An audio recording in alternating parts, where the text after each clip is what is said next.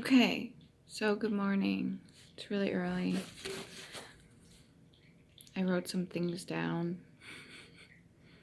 No idea if it's going to make sense. Even the notes at the end of a song can be continued. This one. You do not experience as much resistance in the water if you are gentle with yourself. That's another one. This was something that really caught my attention. I look at the, what do you call it? Excuse me. I look at the ingredients on the back of stuff, like jam, peanut butter. On the back of peanut butter, specific ones. Some of them have changed it to palm oil, but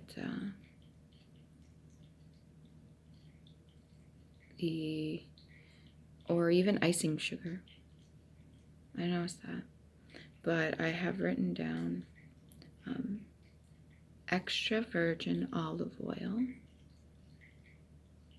replaces rapeseed oil.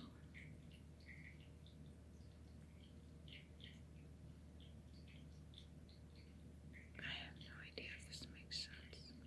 I don't even know if I'm going to upload this. And then this one was exciting. I love runes. I've loved runes since I was maybe 10, maybe even 9. I don't know. But I used to draw runes. Just give me a second.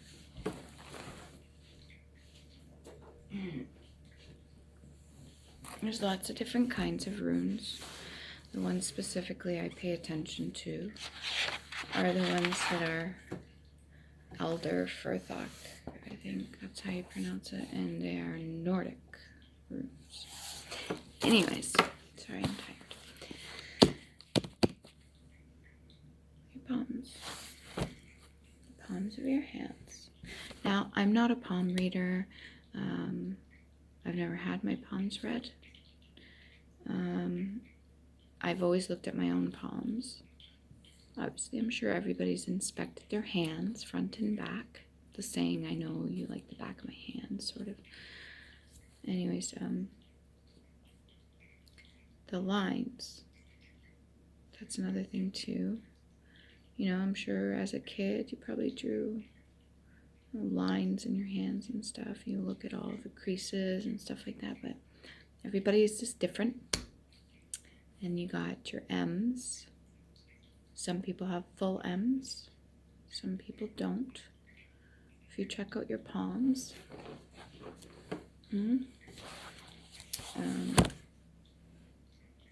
I was. Horse. Would be M in the runes. Trust, faith, companionship, forgiveness, movement, travel, transportation, sending communication, energy, partnership. I made my own little cedar balls because cedar is much easier to engrave than stone, personally.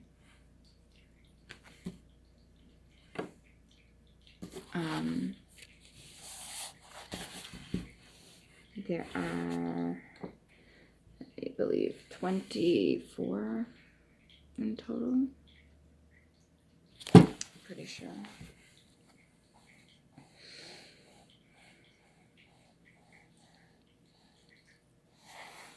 And then there's an alternate version of the Berkanen or birch, which is the B.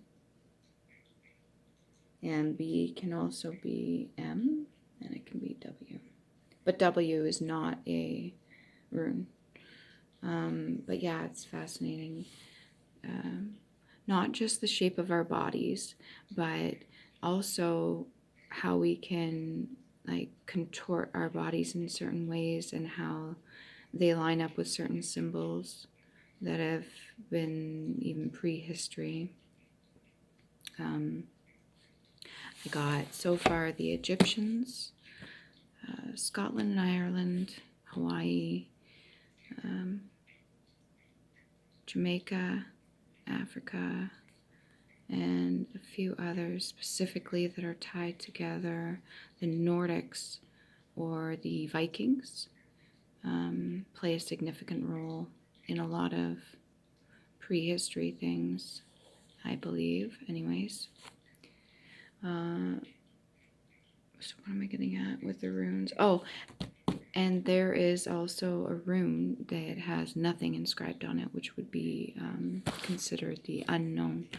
But that can also be LAGUZ, formlessness, chaos, potentiality, humor, flow, ocean, water, lake, sea, intuition, dreams, revelation, emotions, counsel, fluid. This one right here.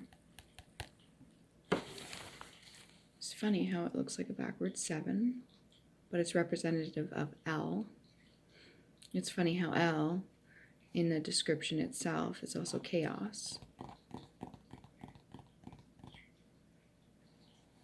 And how M, which could also be E, which can also be W, which can also be B. Which one is it for the Greek too? What symbol does that translate to in Greek? Sideways, M. I can't remember off the top of my head, but how that's for trust. Communication. Anyway, so what I do with all these symbols, runes, and everything like that is when it comes to the regular English language, I'll break it down. I decipher names. Let's say your name is Jenny. And what I'll do is I can take the capital letters of Jenny, right? And then I also see how I could break that apart and how it can be read out loud in different ways. And then I will also do the research on the name itself, the origin. And then within the origin, I will also look up different ways that it's spelled. Normally when it comes to English, and they have in the dictionary, they have the Greek version, they have the translated version for, what is it, Latin and stuff like that, and I will take those letters and I will break them down and see what I get from it. And you'd be surprised, even with like when it comes to species of animals, if you know what chordata is.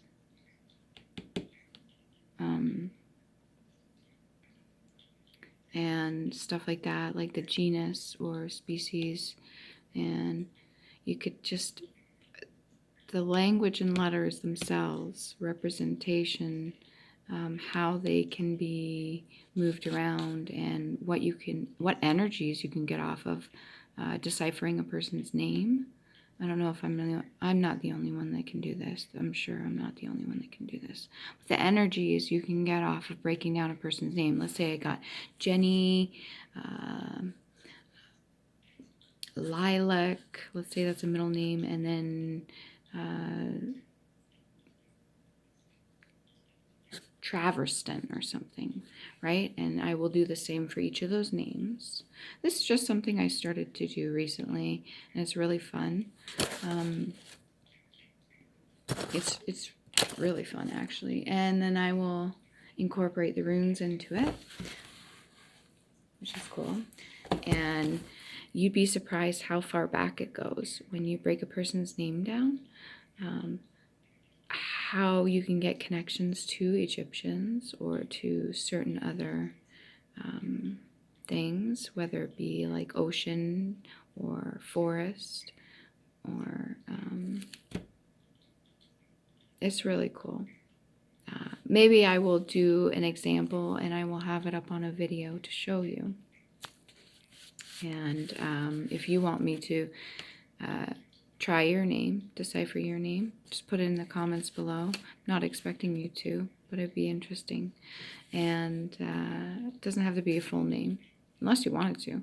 Because like I've got 5 minus that one. It's technically almost 6. Anyways, I've got a lot of names. And names do carry meaning. And words are very powerful. And they hold energy. And depending on what family line you come from, they carry a specific, I wouldn't say tradition, but definitely wouldn't even say family curses necessarily, but some families do pass that stuff down. That's why they say, oh, you make a name for yourself, or you carry a specific nobility with a name. Last names are really cherished, and how they're passed from, right? And how they're passed, thank you, from the men when a woman and a man get married. Now, even when a woman and a woman get married, or a man and a man get married, where it doesn't matter. The name itself specifically is passed down.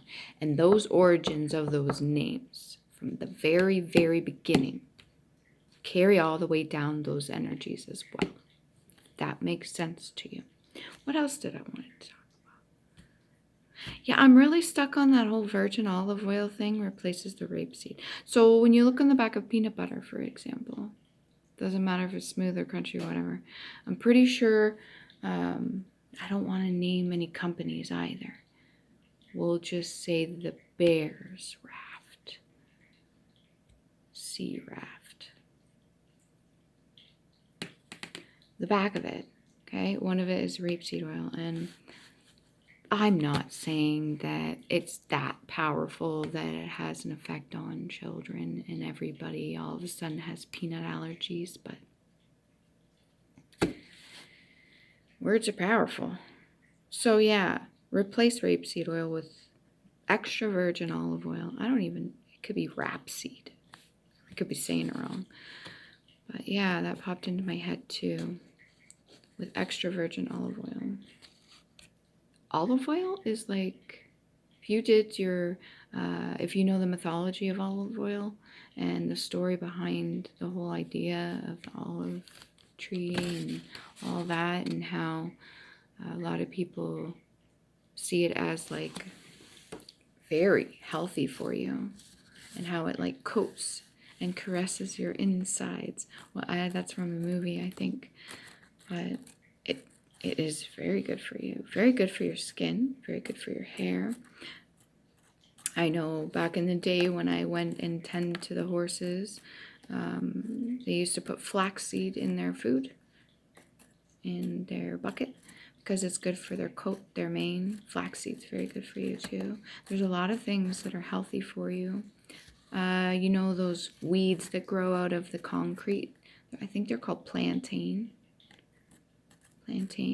Those can be used as a poultice, and they can also be used in tea. And dandelions. I like to spell dandelion differently now. Instead of the I replace the I with an E.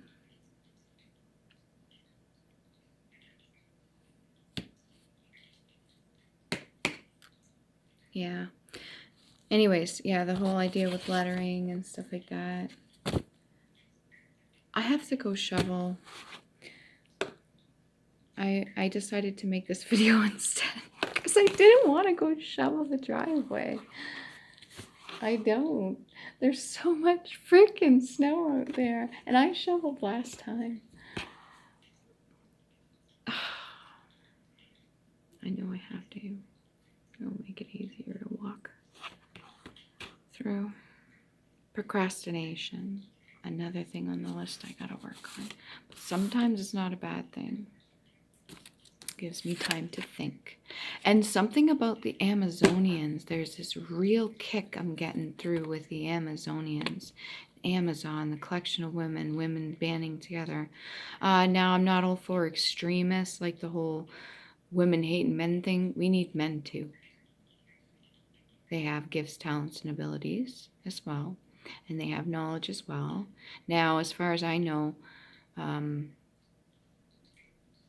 the male bees don't carry the pollen back. They don't collect the information. But anyways, talking. I don't want to be talking up my ass. Anyways, yeah. If you want me to do that with your name, it's really interesting to see what I get. And I can do a whole page, the amount of information I get off the name. Like, this is not just Googling or looking up your origin of your name, okay? This is breaking down of the entire thing itself and then getting the energy off of it. And it doesn't necessarily have to be a bad thing. Sometimes, like this one person, I did their first, middle, and last name, and their first name was positive, that I got the energy off of. The second name was positive, and the last name was not so positive. But it could just be what was passed down, right? And the history behind it as well. Very, very interesting when you look into it. I'm going to do some more work on that. But yeah. Is it Tuesday? Have a good Tuesday. Oh, I love Wednesday though.